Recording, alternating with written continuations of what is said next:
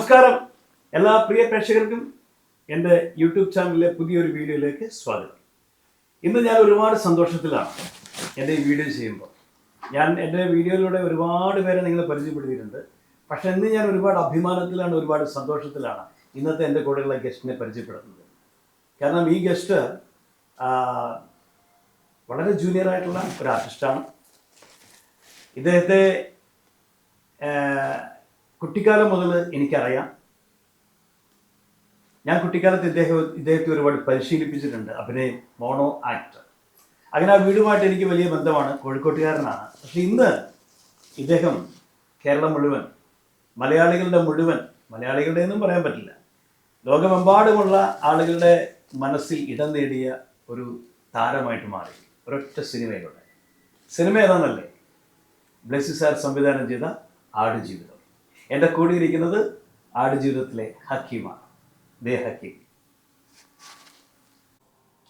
അപ്പം ഇതാണ് നമ്മുടെ ഹക്കീം. ഇന്ന് മലയാളികളുടെ മുഴുവൻ സ്വകാര്യ അഹങ്കാരമായിട്ട് മാറിയിരിക്കുകയാണ് എൻ്റെ അപ്പൂട്ടൻ ഗോകുൽ കോഴിക്കോട്ടുകാരനാണ്. കോഴിക്കോട് ഞങ്ങൾ അടുത്തടുത്ത് തന്നെയാണ്. പെരുമണ്ണ സ്വദേശിയാണ് ഗോകുൽ, ഞാൻ കോവൂർ. അങ്ങനെ വർഷങ്ങൾക്ക് മുമ്പ് ഗോകുലിൻ്റെ അമ്മ ടീച്ചറാണ്, ശ്രീജ ടീച്ചറാണ് എന്നെ വിളിച്ചിട്ട് എനിക്ക് ഒരു മകനുണ്ട്, മകനെ ഒന്ന് മോണാക്ട് പഠിപ്പിക്കണം എന്ന് പറഞ്ഞ് ഞാൻ ആ വീട്ടിലെത്തുകയാണ്. അപ്പോൾ ഈ മകനല്ല കേട്ടോ, ഇവനൊരു ചേട്ടനുണ്ട്, രാഹുലാണ് എൻ്റെ ആദ്യത്തെ സ്റ്റുഡൻറ്റ്. രാഹുലിനെ മോണാക്ട് പഠിപ്പിക്കാൻ ചെല്ലുമ്പോൾ ഗോകുൽ എന്ന ചെറിയ ശിശുവാണ്. ഒരു ചെറിയ ട്രൗസർ മാത്രം ഇട്ടിട്ട് ഇങ്ങനെ റൂമിൻ്റെ ഓരോ മൂലയിലൊക്കെ ഇങ്ങനെ പോയിരിക്കുവാണ്. എന്നിട്ട് ചേട്ടനെ ഞാൻ പഠിപ്പിക്കുന്ന സുസൂക്ഷ്മം ഇങ്ങനെ നിരീക്ഷിക്കും. പിന്നീട് 2ാം ക്ലാസ്സിൽ എത്തുമ്പോഴാണ് നമ്മളെ കുറിഞ്ഞിപ്പൂച്ചൻ്റെ ആദ്യത്തെ മോണാക്ട് ഞാൻ ഗോകുലിനെ പഠിപ്പിക്കുന്നത് അവിടെ നിന്നാണ്. അപ്പോൾ രണ്ടുപേരും, ഏട്ടനും അനിയനും ഭയങ്കര സ്മാർട്ടാണ്. എനിക്ക് ഭയങ്കര ഇഷ്ടമുള്ള 2 ശിഷ്യന്മാരാണ്. അമ്മയും അത് സ്നേഹനിധിയായ ഒരു അമ്മ, സ്നേഹനിധിയായ ഒരു അച്ഛൻ. ആ വീട്ടിൽ പഠിപ്പിക്കൽ കഴിഞ്ഞിട്ട് ഞാൻ വളരെ നേരം വൈകിയിരിക്കുകയാണ് ഞാൻ വീട്ടിലേക്ക് പോകാറ്. വലിയൊരു ആത്മബന്ധമായിരുന്നു. അങ്ങനെ പിന്നീട് രണ്ടുപേരും വളർന്ന് വലുതായി. എന്നെ ഞാനാക്കിയ ഗുരുവായൂരപ്പൻ കോളേജിൽ രണ്ടുപേരും അവിടെ തന്നെ പഠിച്ചു, ചേട്ടനും അനിയനും. അവിടെ നിന്നാണ് ഗോകുലിന് വലിയ ഭാഗ്യം ഉണ്ടാകുന്നത്. ആ കോളേജിൽ പഠിക്കുമ്പോൾ യൂണിവേഴ്സിറ്റിയിലെ കലാജാഥ അതെ, നമ്മുടെ കോഴിക്കോട്ടെ എന്നെ ഞാനാക്കിയ പലരും ആക്കിയ ഒരു നാടകക്കാരനുണ്ട് കോഴിക്കോട്, എം ശാന്തകുമാർ. ശാന്തേട്ടൻ നിന്ന് ജീവിച്ചിരിപ്പില്ല. ശാന്തേട്ടൻ്റെ കലാജാഥയിൽ പങ്കെടുക്കുമ്പോഴാണ് ഇങ്ങനെ ബ്ലെസ്സി സാറുടെ സിനിമയിൽ നിന്നൊരു ഓഫർ വരുന്നതും ശാന്തേട്ടനാണ് ഗോകുലിനോട് അതിന് അയച്ചു കൊടുക്കാനൊക്കെ പറയുന്നത്. പക്ഷേ ആ സിനിമ വന്നപ്പോൾ കാണാൻ ശാന്തേട്ടൻ ഇല്ല എന്നുള്ളത് വലിയ വിഷമമുണ്ടാക്കുന്നൊരു കാര്യമാണ്. കാരണം ഗോകുലിന് കിട്ടാവുന്നതിലും വെച്ച് ഏറ്റവും വലിയ ഭാഗ്യമാണ് കിട്ടിയിരിക്കുന്നത്. ഞാൻ ആ സിനിമ എറണാകുളത്ത് നിന്ന് കണ്ടു കഴിഞ്ഞപ്പം പല സമയത്തും എൻ്റെ കണ്ണ് നിറഞ്ഞു, എൻ്റെ ഭാര്യയുടെയും കണ്ണ് നിറഞ്ഞിരുന്നു. അപ്പോൾ സിനിമയിൽ ഒരുപാട് വികാര നിർഭരമായ സീനുണ്ട്. സിനിമ കഴിഞ്ഞപ്പം എനിക്ക് ഗോകുലിനെ കാണണം, ഗോകുലിനെ ഒന്ന് കെട്ടിപ്പിടിക്കണം എന്നൊരു ആഗ്രഹം ഉണ്ടായി. പക്ഷേ ഇവനെ വിളിച്ചിട്ട് ഇപ്പം ഫോൺ എടുത്തില്ല. 2-3 തവണ ഞാൻ വിളിച്ചു, ഫോൺ എടുത്തില്ല. പിന്നെ ഞാൻ അമ്മയെ വിളിച്ചപ്പോൾ അമ്മ പറഞ്ഞു ആളവിടെ തന്നെ ഉണ്ട്, വിനോദം എന്തെങ്കിലും തിരക്കിലായിരിക്കും, നാളെ തിരിച്ചു വിളിക്കുമായിരിക്കും. പിറ്റേന്ന് രാവിലെ എന്നെ തിരിച്ചു വിളിച്ചു. ഇന്നാണ് എനിക്ക് അവരെ നേരിട്ട് കാണാനുള്ള ഭാഗ്യമുണ്ടായത്. അപ്പോൾ ഞാൻ എൻ്റെ യൂട്യൂബ് ചാനലിലൂടെ എൻ്റെ ശിഷ്യനെ പരിചയപ്പെടുന്നതിൽ എനിക്ക് ഒരുപാട് അഭിമാനമുണ്ട്, സന്തോഷമുണ്ട്. ഇനി ഗോകുൽ സംസാരിക്കും, ഞാനല്ല സംസാരിക്കാൻ പോണത്. എൻ്റെ പ്രിയ ശിഷ്യൻ ഗോകുലേ, അപ്പൂട്ടാന്ന് വിളിക്കുക. അതാണ് അപ്പൂട്ടൻ എന്നായിരുന്നു വീട്ടിലെ ഓമന പേര്. ഇന്നും അവൻ്റെ അമ്മയും ഏട്ടനൊക്കെ അവൻ അപ്പൂട്ടാന്ന് വിളിക്കുക. ഞാനും അങ്ങനെ വിളിക്കാൻ ആഗ്രഹിക്കുന്നു. അപ്പൂട്ട, എന്ത് തോന്നുന്നു ഇപ്പം? എന്ത് തോന്നാനാ, മാഷിന്റെ ഒക്കെ ഒപ്പരൊക്കെ ഇങ്ങനെ എന്ത് തോന്നാനാ, മാഷൊക്കെ വന്നിട്ട് ഇത് മാഷിനൊക്കെ അഭിമാനം ഉണ്ടാക്കുന്ന ഒരു പരിപാടിയൊക്കെ ചെയ്യുന്ന മാഷ് ഇങ്ങനെ പറയുമ്പോ അത് എനിക്കറിയാം അത് മാഷൊക്കെ പണ്ട് നമ്മള് ഇത് ഞാൻ 2ാം ക്ലാസ്സിലൊക്കെ പഠിക്കുന്ന സമയത്തൊക്കെ മാഷിനെ കുറിഞ്ഞിപ്പൂച്ചാൻ്റെ പച്ച അത് ഒരു നോണായിട്ടൊക്കെ ഉണ്ട്. അകിടില്ലേ എന്താ പച്ചാന്നൊക്കെ പറഞ്ഞൊരു നോണായിട്ടൊക്കെ ഉണ്ട് പണ്ട്. അങ്ങനത്തെ സാധനവും 5ാം ക്ലാസ് പഠിക്കുമ്പോഴും ഒക്കെ 5ാം ക്ലാസ് വരെ ഇത് മാഷിനെ പഠിപ്പിച്ചിട്ടുണ്ട് ഇതില്. അപ്പോൾ അത് കഴിഞ്ഞിട്ട് മാഷിന്റെ മോണാക്ട് തന്നെയാണ് ഞാൻ 6ാം ക്ലാസ്സിൽ 7ാം ക്ലാസ്സിൽ 8ാം ക്ലാസ്സിലൊക്കെ. അന്ന് ഞാൻ ഒരുപാട് കുട്ടികളെ മോണാക്ട് പഠിപ്പിക്കുന്ന ഒരു കാലമായിരുന്നു. കാരണം ഞാൻ ഒരു ദിവസം തന്നെ 5-10 വീടുകളിലൊക്കെ പോയിട്ട് പഠിപ്പിക്കുന്ന ഒരു കാലമാണ്. ഇവരുടെ വീട്ടിലേക്കാണ് കുറച്ച് ദൂരം ബൈക്കിൽ സഞ്ചരിക്കാൻ. എന്നാലും രാത്രിയാണ് അവിടുത്തെ വളരെ ലേറ്റായിട്ട് ഒരു 9 മണിക്കൊക്കെ എത്തി 10 മണി വരെ പഠിപ്പിച്ചു. 10:30 അവിടുത്തെ ചിലപ്പം ഭക്ഷണമൊക്കെ കഴിച്ചിട്ടാണ് ഞാൻ മടങ്ങി പോരാറ്. വലിയ ഹൃദയബന്ധമായിരുന്നു. ഞാൻ സത്യത്തിൽ സിനിമ കണ്ടു കഴിഞ്ഞപ്പം ഗോകുലിൻ്റെ അമ്മയെ വിളിച്ച് സംസാരിച്ചപ്പം അമ്മ സന്തോഷം കൊണ്ട് കരയുകയാണ്. കാരണം ഗോകുലിൻ്റെ അച്ഛൻ ഇപ്പോൾ ചെറിയൊരു ആക്സിഡൻ്റ് ഒക്കെ കഴിഞ്ഞിട്ട് കാലിൽ ഫ്രാക്ചറൊക്കെ ആയിട്ട് വീട്ടിലിരിപ്പാണ്. ഭയങ്കര റെസ്റ്റാണ്. എന്നിട്ടും ഗോകുലിന്റെ സിനിമ കാണാൻ ആ കാല് വീൽ ചെയറിൽ വീൽചെയറിലൊക്കെ ഇരുത്തി അച്ഛനെ സിനിമ വലിയ സങ്കടം അമ്മ പറഞ്ഞു. മോൻ്റെ കൂടെ എറണാകുളത്ത് ഫുൾ ക്രൂയുടെ കൂടെ സിനിമ കാണുമെന്ന് ആഗ്രഹിച്ചിരുന്നു. പക്ഷെ അച്ഛൻ്റെ ഈ ഒരു അസുഖം കാരണം അവർക്ക് കോഴിക്കോട് നിന്ന് കാണേണ്ടി വന്നു. സിനിമ ഇറങ്ങിയിട്ട് ഇതുവരെ കോഴിക്കോടേക്ക് പോകാൻ സമയം കിട്ടിയിട്ടില്ല. എന്താണ് പൊതുവെയുള്ള റെസ്പോൺസ്? പൊതുവെ എന്താ റെസ്പോൺസ്? അടിപൊളി റെസ്പോൺസ് അല്ലേ. ഓഡിയൻസ് ഒക്കെ നെഞ്ചിലേറ്റിയിട്ടുണ്ട്. ഉള്ള പറയാണെന്താ, ഭയങ്കര സന്തോഷമാണ്. എല്ലാവർക്കും ഹക്കീം എന്നുള്ള ആളെന്ന് ഇപ്പൊ എന്നെ ഹക്കീമ എന്നാണ് പുറത്തിറങ്ങിയാലൊക്കെ എല്ലാവരും വിളിക്കുന്നത്. അപ്പൊ അത്രയും സന്തോഷമല്ലൊക്കെ ഒരു കഥാപാത്രം ചെയ്തിട്ട് എല്ലാവരും അതിനെ നെഞ്ചിലേറ്റ എന്നൊക്കെ പറയുന്നത്. എല്ലാവരും വന്ന് കെട്ടിപ്പിടിക്കുക, നിന്നെ കണ്ടതിൽ ആശ്വാസം ഉണ്ട് ആണ് പറയുന്നത്. കാരണം ആ സിനിമയിലെ കുറച്ച് രംഗങ്ങളൊക്കെ അങ്ങനെയുള്ളൊരു രംഗങ്ങളാണ്. അപ്പൊ അവരെല്ലാരും കണ്ട് നിന്നെ നീ ഇവിടെ ഉണ്ടല്ലോ, സമാധാനമാണല്ലോ എന്നൊക്കെയാണ് പറയുന്നത്. എന്തായാലും ഒരു വലിയ ഭാഗ്യമാണത്. കാരണം ഇതൊരു ചരിത്ര സിനിമയാണ്. ഇങ്ങനെയൊരു സിനിമ നമ്മൾ മലയാളികൾ ആരും കണ്ടിട്ടുണ്ടാവില്ല, ആടുജീവിതം പോലെ സിനിമ. കാരണം ഒരുപാട് വർഷത്തെ പ്രയത്നമാണ്. കാരണം എത്രയോ വർഷങ്ങൾക്ക് മുമ്പാണ്, കൊറോണയ്ക്കൊക്കെ മുമ്പാണെന്ന് തോന്നുന്നു എനിക്ക്, ഗോകുലിൻ്റെ അമ്മ എന്നെ വിളിച്ചിട്ട് പറഞ്ഞു, വിനോദ് മാഷെ എന്നാണ് എന്നെ വിളിക്കുക, വിനോദ് മാഷെ പിന്നെ മോനൊരു സിനിമയിലേക്ക് ഒരു അവസരം വന്നിട്ടുണ്ട്, ബ്ലെസ്സി സാറിൻ്റെ ഒരു സിനിമയാണ് എന്നൊക്കെ പറഞ്ഞ് അനുഗ്രഹം ഉണ്ടാവണം, മോനെ അനുഗ്രഹിക്കണം എന്നൊക്കെ പറഞ്ഞ് ഞാൻ ആയിക്കോട്ടെ അവൻ പോയിട്ട് അഭിനയിക്കട്ടെ, കഴിവുള്ള പയ്യനല്ലേ. പക്ഷേ ഇത് ഇങ്ങനൊരു ബ്രഹ്മാണ്ഡം സിനിമയാവുന്നൊന്നും ഒരിക്കലും ഞാൻ പ്രതീക്ഷിക്കുന്നില്ല. ഒരുപാട് അനുഭവങ്ങളുണ്ട് ഗോകുലിന് പറയാൻ. കാരണം ആ സിനിമയ്ക്ക് വേണ്ടിയിട്ട് പൃഥ്വിരാജ് എന്തൊക്കെ കാര്യങ്ങൾ ചെയ്തോ അതെല്ലാം ഗോകുലിന് മനുഷ്ഠയ്ക്ക് വേണ്ടി വന്നിട്ടുണ്ട്. ഒന്ന് പറയൂ, അത് എന്തൊക്കെയാണ്? എന്താ ഇപ്പോ രാജുവേട്ടൻ ചെയ്ത കുറെ ക്യാരക്ടർ ട്രാൻസ്ഫോർമേഷൻ ഒക്കെ പറ്റിയിട്ടുള്ള കുറെ സംഭവങ്ങളൊക്കെ ഇല്ലേ, പട്ടിണി കിടക്കേണ്ടൊക്കെ വന്നിട്ടുണ്ട്. ഇപ്പൊ കുറെ വാട്ടർ ഡയറ്റ് ഒക്കെ എടുത്തിട്ടുണ്ട്. 15 ദിവസമൊക്കെ വാട്ടർ ഡയറ്റ് ഇല്ലേ, വെള്ളം മാത്രമൊക്കെ കുടിച്ചിട്ട്. എന്നെ ബ്ലസ്സി സാർ ആ മേക്കപ്പ് ടെസ്റ്റിനൊക്കെ പോയ സമയത്തൊക്കെ ബാക്കിയൊക്കെ കുറഞ്ഞ്, ശരീരം മൊത്തം കുറഞ്ഞ്, കവിളിലൊക്കെ ചെറിയ തടിപ്പൊക്കെ ഉണ്ടായിരുന്നു. എന്നിട്ട് ആ സമയത്ത് എന്തായാലും കുറച്ചും കൂടി മേക്കപ്പ് ഒക്കെ അപാരമാണ്. കാരണം ഹാഫ് ടൈമിന് ശേഷമൊക്കെ നമ്മുടെ ഹക്കീമിനെ കാണിക്കും, ഹക്കീമിന്റെ ചുണ്ടിലൊക്കെ ഒരു സൺബേൺ ചൂടായിട്ടിട്ടൊക്കെ ഇങ്ങനെ ചുണ്ടൊക്കെ പൊട്ടുന്ന ഒരു സംഭവമാണ്. ഭയങ്കര രസമായിരുന്നു അഭിനയം എന്ന് പറഞ്ഞാൽ. ശരിക്കും എനിക്ക് സത്യത്തിൽ നമ്മുടെ ശിഷ്യന്മാരൊക്കെ ഒരുപാട് ഉയരങ്ങളിലെത്തുമ്പോൾ ഗുരുക്കന്മാർക്ക് ഒരു സന്തോഷം ഉണ്ടാവുമല്ലോ, അതുപോലെ ഞാൻ ഏറ്റവും കൂടുതൽ സന്തോഷിച്ചൊരു നിമിഷമാണ് ആ സിനിമ കണ്ടു കഴിഞ്ഞിറങ്ങിയപ്പോൾ. ഞാൻ തിയേറ്ററിൽ നിന്ന് വീട്ടിലെത്തിയിട്ടും ഞാൻ എൻ്റെ ഭാര്യയോട് സംസാരിച്ചത് ഈ അപ്പൂട്ടനെ കുറിച്ചാണ്. എൻ്റെ ഭാര്യയും കുറേ കാര്യങ്ങൾ പങ്കുവച്ചു. കാരണം ഇവരുടെ വീട്ടിൽ ഞാൻ എൻ്റെ ഭാര്യയും കൂട്ടിയിട്ട് പോകാറുണ്ട്. ഭാര്യയ്ക്ക് ഭയങ്കര ഇഷ്ടമായിരുന്നു ഇവൻ്റെ അന്നത്തെ ഒരു കൊച്ചുകുട്ടികളുടെ സംസാരമൊക്കെ ഭയങ്കര ഇഷ്ടമായിരുന്നു വൈഫിന്. അതൊക്കെ ഞങ്ങൾ പങ്കുവെച്ചുകൊണ്ടാണ്. കാരണം വർഷങ്ങൾ കുറച്ച് കഴിഞ്ഞപ്പം വലിയൊരു ഭാഗ്യം അപ്പൂട്ടനെ തേടി വന്നു. അത് ബ്ലെസ്സി സാർ എന്ന സംവിധായകനോട് എനിക്ക് തീരാത്ത നന്ദിയുണ്ട്. കാരണം എൻ്റെ ശിഷ്യന് ഇത്രയും നല്ലൊരു അവസരം കൊടുത്തത്. ഇന്നിപ്പോൾ ഞാൻ ഒരു 6 മണിക്കൂറോളം ഞാൻ കൂടിയായിരുന്നു എറണാകുളത്ത്. ഞാനിത് വൈകുന്നേരം അവനെ കാണാൻ വേണ്ടി വന്നപ്പം അവൻ പറഞ്ഞു, വിനോട്ട് എന്നെ ഏഷ്യാനെറ്റിൽ നിന്ന് വിളിക്കുന്നുണ്ട്. ഞാൻ അവൻ്റെ കൂടെ പോയി. ഏഷ്യാനെറ്റിൽ ഷൂട്ട് കഴിഞ്ഞപ്പോഴേക്ക് അവനെ ഗ്രഹലക്ഷ്മി എന്ന് മാതൃഭൂമി എന്ന് വിളിക്കണമെന്ന് പറഞ്ഞു. മാതൃഭൂമി പോയി. അതിനിടയ്ക്ക് വിശക്കുന്നു എന്ന് പറഞ്ഞ് ഞങ്ങൾ എറണാകുളത്തെ റെസ്റ്റോറൻറ്റിൽ ഭക്ഷണം കഴിച്ചു. അങ്ങനെ ഇപ്പം സമയം 11 മണിയാവണം. 11 മണിക്കാണ് ഞങ്ങൾ അവൻ്റെ ഫ്ലാറ്റിലെത്തിയിട്ട്. ഈ ഫ്ലാറ്റിനൊരു പ്രത്യേകതയുണ്ട്, പറഞ്ഞു കൊടുക്കും. അത് ബ്ലെസ്സി സാറുടെ ഫ്ലാറ്റാണ്. ഈ ഫ്ലാറ്റിൽ നിന്നിട്ടാണ് എന്നെ ഓഡീഷനൊക്കെ ചെയ്തത്. അപ്പോൾ ഇത് എന്നെ സംബന്ധിച്ച് ഭയങ്കര ഇമോഷണൽ ആയിട്ടുള്ള ഒരു സ്ഥലമാണ്. അപ്പൊ ഇവിടെ തന്നെയാണ് ഇപ്പം രാഹുൽ സിനിമയ്ക്ക് ശേഷം എനിക്ക് മാറിപ്പോണതാ. ഗോകുൽ ഇപ്പോഴും ഈ ഫ്ലാറ്റിലാണ് താമസിക്കുന്നത്.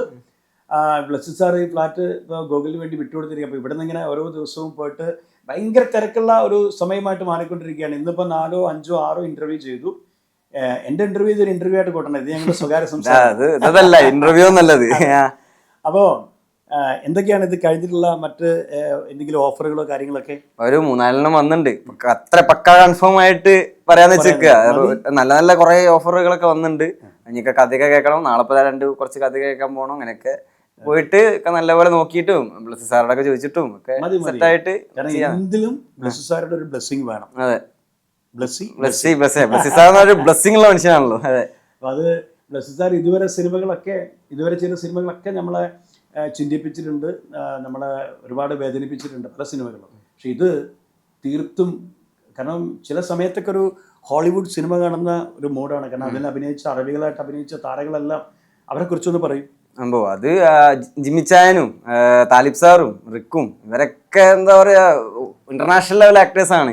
ജിമ്മിച്ചായനൊക്കെ എന്ന് പറഞ്ഞാൽ ഹോളിവുഡ്. അപ്പോൾ താലിബ് സാർ എന്നൊക്കെ പറഞ്ഞു കഴിഞ്ഞാല് ആ സിനിമയിലേക്ക് വില്ലനായിട്ടൊക്കെ അഭിനയിച്ച താലിബ് സാർ റിക്കും ഇവരൊക്കെ എന്ന് പറഞ്ഞാൽ വായിൽ കൈയിട്ടൊക്കെ അടിക്കാത്ത മനുഷ്യന്മാരാ. അതായത് അങ്ങനത്തെ മനുഷ്യന്മാര് നേരെ സീനിൽ കാണിക്കുമ്പോ ഇപ്പൊ മലയാളികളും ആൾക്കാരെ കണ്ട കല്ലെറിഞ്ഞിട്ട് ചിലപ്പോ തല്ലി ഓടിക്കും മലയാളികൾ. ഇപ്പൊ അവരെ കണ്ടു കഴിഞ്ഞാല് അജാതി ലെവൽ ആക്ടിങ് ആണ് അവരൊക്കെ ചെയ്തത്. റിയലിസ്റ്റിക് ആയിട്ടാണ് നമുക്ക് തോന്നുന്നത്. ഇപ്പോൾ സിനിമ കാണാത്തവർ ഇപ്പോഴും ഒരുപാട് നമുക്കറിയാം. ഇത് നോമ്പുകാലമാണ്. നോമ്പുകാലത്ത് പലർക്കും തിയേറ്ററിൽ പോയിട്ട് സിനിമ കാണാൻ പാടില്ല എന്നൊക്കെ പറയാറുണ്ട്. പക്ഷെ നോമ്പ് കഴിഞ്ഞിട്ടാണ് നിങ്ങളെല്ലാവരും തിയേറ്റർ എക്സ്പീരിയൻസ് എന്ന് പറഞ്ഞാൽ ഗ്രേറ്റ് ആണ്. കാരണം ഒന്ന് നമ്മുടെ റസൂൽ പൂക്കുട്ടിയുടെ മാന്ത്രികത, പിന്നെ AR റഹ്മാൻ്റെ സംഗീതം, ഇതെല്ലാം ഈ സിനിമയ്ക്ക് ഒരുപാട് പോസിറ്റീവ് എനർജി കൊടുക്കുന്ന ഒരു കാര്യമാണ്. ശരിക്കും അടുത്ത ദേശീയ അംഗീകാരത്തിൻ്റെ പട്ടികയിൽ ഈ സിനിമയ്ക്ക് 2, 3, 2, 3, 4, 5 അവാർഡുകൾ ഈ സിനിമയ്ക്ക് പ്രതീക്ഷിക്കാമെന്ന് ഒരു കലാകാരൻ, ഞാൻ 10-30 വർഷമായിട്ട് ഞാൻ ഈ ഫീൽഡിലുണ്ട്. അപ്പോൾ എനിക്ക് തോന്നുന്നു, കാരണം അത്രയും മനോഹരമായിട്ട്, കാരണം ചില ഷോട്ടുകളൊക്കെ കണ്ട് നമുക്ക്, പിന്നെ തിയേറ്ററിൽ ഞാൻ കണ്ട ഗോകുലെ എനിക്ക് ഭയങ്കര അത്ഭുതപ്പെടുത്തിയൊരു കാര്യം, പിൻ ഡ്രോപ്പ് സൈലന്റ് ആണ് തിയേറ്റർ. സിനിമ തുടങ്ങി അവസാനിക്കുന്നവരെ തിയേറ്ററിൽ ഒരു കുട്ടി പോലും കരയില്ല, ഒരാൾ തുമ്പുന്നത് പോലും ഒന്ന് ചുമയ്ക്കുന്നത് പോലും നമുക്ക് കാണാൻ പറ്റിയിട്ടില്ല. സിനിമ കഴിഞ്ഞിട്ട് പലരും ചേർത്ത് തന്നെ ഇരിക്കണോ പോണോ, എന്താണ് അതിന്റെ എന്താ കഴിഞ്ഞത് എന്നുള്ളൊരു ഫീലിലായിരിക്കും. ഒരു ഹാങ് ഓവറാണ് സിനിമ. അത്ര മനോഹരമായിട്ട്, കാരണം 3 മണിക്കൂർ 2.25 മണിക്കൂർ പോണത് നമുക്കറിയില്ല. അത്ര മനോഹരമായിട്ട് നമ്മളും മരുഭൂമിയിലൂടെ ഇങ്ങനെ ഹക്കീമിൻ്റെ കൂടെയും നജീബിൻ്റെ കൂടെയും ഇങ്ങനെ യാത്ര ചെയ്യണം. ആ മരുഭൂമിയിലെ അനുഭവം ഒന്ന് പറ. ആ മരുഭൂമിയിലൊക്കെ നീ എങ്ങനെ അതിജീവിച്ചു? മരുഭൂമിയിലൊക്കെ ഭയങ്കര ചൂടും ഭയങ്കര തണുപ്പൊക്കെ ആയിരുന്നു. പിന്നെ ഈ കാറ്റത്ത് പൊടി ശരിക്കും വല്ലാതെ നമ്മളാ ഇതില്ലേ സാൻഡ്സ്റ്റോമിന്റെ പ്രസ്ഥാനമൊക്കെ നമ്മള് ശരിക്കും പോയിട്ട് ഷൂട്ട് ചെയ്തതൊക്കെ. അതായത് ഓരോ ചെറിയ അവിടുത്തെ മണലിൽ നിന്നൊക്കെ ചെറിയ തരി സംഭവങ്ങളൊക്കെ കണ്ണിലേക്ക് ആവും. പിന്നെ പിന്നെ അതിലാ മെയിൻ ആയിട്ടുള്ള ഒരു സീൻ എടുക്കുന്ന സമയത്തൊക്കെ കണ്ണ് തുറന്നിട്ട് തന്നെ പിടിക്കുന്ന കുറച്ച് സാധനങ്ങൾ ചെയ്യാണ്ടായിരുന്നു. അപ്പൊ കണ്ണ് അടഞ്ഞു പോകും. ഇത് കണ്ണ് അടിക്കുമ്പോഴൊക്കെ അടഞ്ഞൊക്കെ പോകും. കണ്ണ് തുറന്നിങ്ങനെ ഇങ്ങനെ പിടിച്ച് നിൽക്കുകയാണെങ്കിൽ കൂടി കണ്ണ് പൊട്ടിയൊക്കെ അടിച്ചിട്ട് അടഞ്ഞു പോകുന്ന സംഭവങ്ങളൊക്കെ ഉണ്ടായിട്ടുണ്ട്. പിന്നെ മറ്റൊരു ഭാഗ്യം അത്, കാരണം ഒരു സിനിമ ചെയ്യുമ്പോൾ സിനിമയിൽ ഒരു ക്യാരക്ടർ ഗോകുൽ ചെയ്തു എന്ന് മാത്രമല്ല, AR റഹ്മാൻ എന്ന ലോകപ്രശസ്തനായ സംഗീത സംവിധായകൻ, അദ്ദേഹം ഈ സിനിമയിലേക്ക് ഒരു പാട്ട് ചെയ്തു. ആ സിനിമ അന്ന് കേരളം മുഴുവൻ പാടി നടക്കുകയാണ്, പെരിയോനെ റഹ്മാനെ എന്നുള്ള പാട്ട്. അത്രയും ഹൃദയസ്പർശിയാണ്. അതിൻ്റെ വരികൾ നമ്മുടെ റഫീഖ അഹമ്മദിൻ്റെ വരികളും എല്ലാം കൊണ്ട് ചേർന്നിട്ട് ഒരു മനോഹര പാട്ട്. ആ പാട്ടും കുറച്ച് വരികൾ പാടി അഭിനയിക്കാനുള്ള ഭാഗ്യവും ആദ്യത്തെ തുടക്കത്തിൽ തന്നെ റഹ്മാൻ സാറിന്റെ ഈണത്തിനും റഫീഖ് സാറിന്റെ വരികൾക്കും ആണ് ലിപ്പ് കൊടുത്തു. അതും വലിയൊരു ഭാഗ്യമാണ്. ആ പാട്ട് സത്യത്തിൽ എനിക്ക് സിനിമ കാണാൻ പോകുമ്പോൾ ആ പാട്ട് എവിടെയാ വരണമെന്നൊന്നും അറിയില്ല. പക്ഷെ അത് ഗോകുല് തന്നെ അത് പാട്ട് പാടി തുടങ്ങിയപ്പോൾ ഭയങ്കര സന്തോഷം തോന്നി. കാരണം അതൊക്കെ ഒരു അഭിമാന നിമിഷമാണ്. ഹക്കീമിന്റെ പാട്ടാണത്. ഹക്കീമിന്റെ പാട്ടാണ്. എന്തായാലും വളരെ സന്തോഷം. കാരണം ഞാൻ ഇത്രയേറെ സന്തോഷിച്ച ഒരു ദിവസമില്ല. ഇനി ഈ സന്തോഷം ഇങ്ങനെ തുടർന്നുകൊണ്ടിരിക്കും. കാരണം ഇന്നും ഇപ്പോൾ കാറിലിരിക്കുമ്പോൾ അവനൊരു ആഡിലേക്ക് അവനെ വിളിച്ചു. ആ കോൾ എടുക്കണതും സംസാരിക്കണതും, വിനോട്ടാ ഞാൻ എത്ര രൂപ പറയണം എൻ്റെ അടുത്ത് ചോദിക്കുന്ന ഒരു അവസ്ഥ ഉണ്ട്. പിന്നെ കുറേ കാര്യങ്ങൾ നിൻ്റെ അടുത്ത് ചോദിച്ച് മനസ്സിലാക്കിയിട്ടുണ്ട്. ഞാൻ കുറേ കാര്യങ്ങളൊക്കെ പറഞ്ഞു കൊടുത്തിട്ടുണ്ട്. ഇനി അങ്ങോട്ട് മലയാള സിനിമയ്ക്ക് ഒരു നല്ല അഭിനേതാവിനെ കിട്ടുകയാണ് ബ്ലെസ്സി സാറിലൂടെ, ആടുജീവിതത്തിലൂടെ. കാരണം തുടക്കം അടുത്തുനിന്നാട്ടോ, തുടക്കം എൻ്റെ അടുത്തുനിന്നാണ്. പിന്നീട് കുറച്ച് വലുതായി കഴിഞ്ഞപ്പോൾ ശാന്തേട്ടന്റെ കൈകളിലേക്ക് എത്തി. ശാന്തേട്ടന്റെ പ്രിയേട്ടൻ, വിജയശേട്ടൻ, അങ്ങനെ നാടകക്കാര്, നമ്മുടെ കോഴിക്കോടുള്ള നാടകക്കാര്. കോഴിക്കോടിന്റെ അഭിമാനം. കാരണം ഞാനൊരു കോഴിക്കോട്ടുകാരനാണ്. അപ്പൊ കോഴിക്കോട് നിന്ന് ഓരോ താരങ്ങളും ഉദിച്ചു വരുമ്പോൾ വലിയ അഭിമാനമാണ്. ഇപ്പം ഞാൻ ഒരുപാട് അഭിമാനത്തിലേക്ക് കാണാം ഗോകുലിന്റെ കാര്യത്തിൽ. ഈ ഒരു ഒറ്റ സിനിമ കൊണ്ട് അവനിപ്പോൾ ഒരുപാട് അവസരങ്ങൾ വന്നുകൊണ്ടിരിക്കുകയാണ്. നല്ല സിനിമകൾ മാത്രം സ്വീകരിച്ച് അവൻ ആ ക്യാരക്ടറുകളൊക്കെ ചെയ്യും. ഒരു നായകനായിട്ടും പ്രതിനായകനായിട്ടും എല്ലാം ഒരുപാട് സിനിമകൾ വരട്ടെ എന്ന് പ്രാർത്ഥിക്കുന്നു. ഇനി എന്താ വേറെ കൂടുതലായിട്ട് പറയാനുള്ളത്? കൂടുതലായിട്ട് എന്താ പക്ഷേ ഒന്നും പറയാനില്ല, ഇത്രേ ഉള്ളൂ. ഇനി എത്രയും പെട്ടെന്ന് അവരൊന്ന് കോഴിക്കോട്ടേക്ക് എത്താനുള്ള ഒരു ആഗ്രഹം ഉണ്ട് ഇല്ലേ? ഉണ്ട്. അപ്പൊ അച്ഛനും അമ്മയും, ഞാനിപ്പോ സിനിമ കഴിഞ്ഞിട്ട് ഇതുവരെ അച്ഛനും അമ്മയും ഏട്ടനെയും ഒന്നും കണ്ടിട്ടില്ല. അതിനുവേണ്ടി ഒന്ന് വീട്ടിലേക്ക് ചെല്ലണം. ഗോകുലിന്റെ ഏട്ടൻ രാഹുലും മിടുക്കനാണ് കേട്ടോ. രാഹുലാണ് എൻ്റെ ആദ്യത്തെ സ്റ്റുഡൻറ്റ്. രാഹുല് പിന്നെ അഭിനയം മാത്രമല്ല, അവൻ നന്നായിട്ട് നൃത്തം ചെയ്യുമായിരുന്നു. എല്ലാത്തിലും അഗ്രഗണ്യാണ്. നന്നായി പഠിക്കുകയും ചെയ്യും രണ്ടുപേരും. അതൊക്കെയാണ് ഒരു ടീച്ചറുടെ മക്കൾ എന്നുള്ള രീതിയിൽ ആ അമ്മയെ ഞാൻ സമ്മതിക്കും. കാരണം അല്ലേ, അമ്മയാണ് ഇവരുടെ കൂടെ രണ്ടുപേരുടെയും പുറകിൽ നടന്നത്. കാരണം ഇത്രയും സ്നേഹനിധിയായ ഒരു അമ്മ. ഞാൻ ഒരുപാട് ടീച്ചർമാരെ കണ്ടിട്ടുണ്ട്. അതിലൊക്കെ വളരെ വേറിട്ട ടീച്ചറാണ് ശ്രീജ ടീച്ചർ. അപ്പൊ ആ ടീച്ചർ ഇപ്പോഴും ഒരുപാട്, അതെ കുട്ടികളുടെ കൂടെയാണ്. ഇപ്പൊ ഒരുപാട് സന്തോഷത്തിലാണ്. ടീച്ചർക്ക് അഭിമാനത്തോടെ പറയാം, ഗോകുലും രാഹുലും എൻ്റെ മക്കളാണ്. അവരാണ് ഇന്ന് എനിക്ക് ഒരുപാട് പേര് തരുന്നതെന്നൊക്കെ ഈ അമ്മയ്ക്ക് ധൈര്യമായിട്ട് പറയാൻ സാധിക്കും. അപ്പം എൻ്റെ യൂട്യൂബ് ചാനലിലൂടെ എൻ്റെ നാട്ടുകാരനായ എൻ്റെ ശിഷ്യനായ ഗോകുലിനെ പരിചയപ്പെടുത്താൻ സാധിച്ചതിൽ എനിക്ക് ഒരുപാട് സന്തോഷം. അപ്പം നിങ്ങളോട് ഒന്നുകൂടെ ഞാൻ ആവശ്യപ്പെടുകയാണ്, ഞാനും ഗോകുൽ ആവശ്യപ്പെടുകയാണ്, ഈ സിനിമ കാണാത്തവരെല്ലാവരും തിയേറ്ററിൽ പോയിട്ട് ഈ സിനിമ കാണണം, ആസ്വദിക്കണം. ഒരു തവണയല്ല, എനിക്ക് ആ സിനിമ ഒരു തവണയും കൂടി കാണണമെന്ന് ആഗ്രഹമുണ്ട്. ഞാൻ അടുത്ത ദിവസം ഒന്നുകൂടി വൈഫിനെയും കൂട്ടി ഞാൻ പോകും. കാരണം അത് കണ്ടില്ലെങ്കിൽ വലിയൊരു നഷ്ടമാണ് നിങ്ങൾക്ക്. അത്രയും ഞാൻ പറയുന്നു. തിയേറ്ററിൽ തന്നെ, അതെ, തിയേറ്ററിൽ തന്നെ കണ്ടില്ലെങ്കിൽ ഒരു ഗംഭീര തിയേറ്റർ എക്സ്പീരിയൻസ് ആണ് ശരിക്കും പറയുകയാണെങ്കിൽ. ഭാവി ജീവിതം ശോഭനമാവട്ടെ. നിരവധി അവസരങ്ങൾ ഗോകുൽ എന്ന എൻ്റെ അപ്പൂട്ടനെ തേടി എത്തട്ടെ. ഇനിയും കുറച്ച് വർഷങ്ങൾ കഴിയുമ്പോൾ ഇതുപോലെ വീണ്ടും ഒരു ഇന്റർവ്യൂവിന് എൻ്റെ കൂടെ ഇരിക്കാനുള്ള ഭാഗ്യമൊക്കെ ഉണ്ടാവട്ടെ. നമുക്ക് ഒരുമിച്ച് സിനിമ ചെയ്യാനുള്ള ഭാഗ്യം. അതാണ് മെയിനായിട്ട്. പിന്നെ അതിനിടയ്ക്ക് ഒരു കാര്യം ചോദിക്കോട്ടെ, ഞാൻ പൃഥ്വിരാജേട്ടൻ മലയാള സിനിമയിൽ ഒരുപാട് സിനിമകൾ ചെയ്തൊരു വ്യക്തിയാണ്. ഞാനും പൃഥ്വിരാജിൻ്റെ കൂടെ എന്ന് പറഞ്ഞ സിനിമയിൽ ഞങ്ങളൊരു ക്യാരക്ടർ ഞാനും ചെയ്തിട്ടുണ്ട്. എന്തായിരുന്നു ആ ഒരു എക്സ്പീരിയൻസ്? രാജുവേട്ടൻ എന്ന് പറഞ്ഞാൽ പ്രത്യേകിച്ച് പറയേണ്ട ആവശ്യമില്ലല്ലോ, നമുക്ക് മലയാളികൾക്കൊക്കെ അറിയാവുന്ന ആളാണ്. ഇത് എല്ലാ ഓൾറൗണ്ടർ ആണ്, സിനിമയിലുള്ള ഓൾറൗണ്ടർ ആണ്. ഭയങ്കര സപ്പോർട്ട് ഒരു ബ്രദർലി കെയർ ഒക്കെ കുറേ സമയം എനിക്ക് ഫീൽ ചെയ്തിട്ടുണ്ട്. രാജുവേട്ടൻ തന്ന ഇത് ആ ഒരു എഫെക്ഷനൊക്കെ എനിക്ക് കുറേ സമയത്ത് ഫീൽ ചെയ്തിട്ടുണ്ട്. പുതിയ ഒരാൾ വരുമ്പോൾ ഒന്നും ഇല്ലാതെ രാജുവേട്ടന് ഇപ്പം സിനിമയൊക്കെ ബ്രീത്ത് ചെയ്യുന്ന ഒരാളാണ്. ആള് എന്താ പറയാ, ഒരാളിപ്പോ ഡെഡിക്കേറ്റഡ് ആയിട്ട് അത്രയും ഇതായിട്ട് ഇങ്ങനെ നിൽക്കുമ്പോൾ ആള് സപ്പോർട്ട് ചെയ്യും. ഏത് ആളാണെങ്കിലും ഭയങ്കര ആൾക്ക് ഇഷ്ടപ്പെട്ട ആളായിരിക്കും, ഇഷ്ടപ്പെട്ട ഇത് പെണ്ണായിരിക്കും, ഇഷ്ടപ്പെട്ട ആണായിരിക്കും. അങ്ങനെ ഒരു ഇതാണ് മൈൻഡാണ്. ഞാൻ കണ്ടു ഇന്റർവ്യൂലൊക്കെ ഗോകുൽ എവിടെന്നൊക്കെ ചോദിക്കുന്നത്. അപ്പൊ ഗോകുലിനെ കാണിക്കുമ്പോൾ ഗോകുലിന്റെ സന്തോഷവും ഒക്കെ വളരെ നന്നായിട്ട് നിന്നെ സപ്പോർട്ട് ചെയ്യുന്നത് മനസ്സിലായി. എന്തായാലും എല്ലാം കൊണ്ടും ഭാഗ്യമാവട്ടെ. ഇനിയുള്ള ദിനങ്ങൾ നിന്റേതാകട്ടെ. All the best darling. ഉമ്മ. ഓക്കെ. അപ്പം ഞങ്ങളുടെ ഈ അഭിമുഖം അവസാനിക്കുന്നത് റഹ്മാൻ ഹിറ്റാക്കിയ ആടുജീവിതത്തിലെ പെരിയോനെ എന്ന പാട്ടിലൂടെയാണ്. പാട്ട് ഞാൻ പാടി പഠിച്ചുകൊണ്ടിരിക്കുകയാണ്. ഗോകുലും പാട്ടുകാരനൊന്നല്ല, എന്നാലും ഗോകുലും പാടും. ബാത്റൂം സിംഗറാണ്. അതെ, ഞങ്ങൾ രണ്ടാളും കൂടി അതൊന്ന് പാടാൻ ശ്രമിക്കുകയാണ്. പെരിയോനെ റഹ്മാനെ, പെരിയോനെ റഹീം, പെരിയോനെ റഹ്മാനെ, പെരിയോനെ റഹീം. അങ്ങകലെ അങ്ങകലെ മണ്ണിൽ പുതുമഴ വീഴണുണ്ടേ, മണ്ണിൽ പുതുമഴ വീഴണുണ്ടേ. അങ്ങകലെ അങ്ങകലെ മണ്ണിൽ പുതുമഴ വീഴണുണ്ടേ, മണ്ണിൽ പുതുമഴ വീഴണുണ്ടേ. നെഞ്ചിനൊരാളുടെ കണ്ണീർ വീണ് പോ,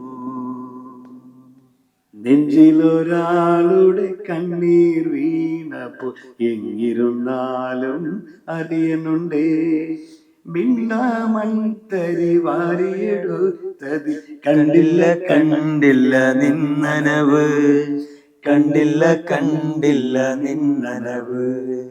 പെരിയോനെ റഹ്മാനെ, പെരിയോനെ റഹീം, പെരിയോനെ റഹ്മാനെ, പെരിയോനെ റഹീം.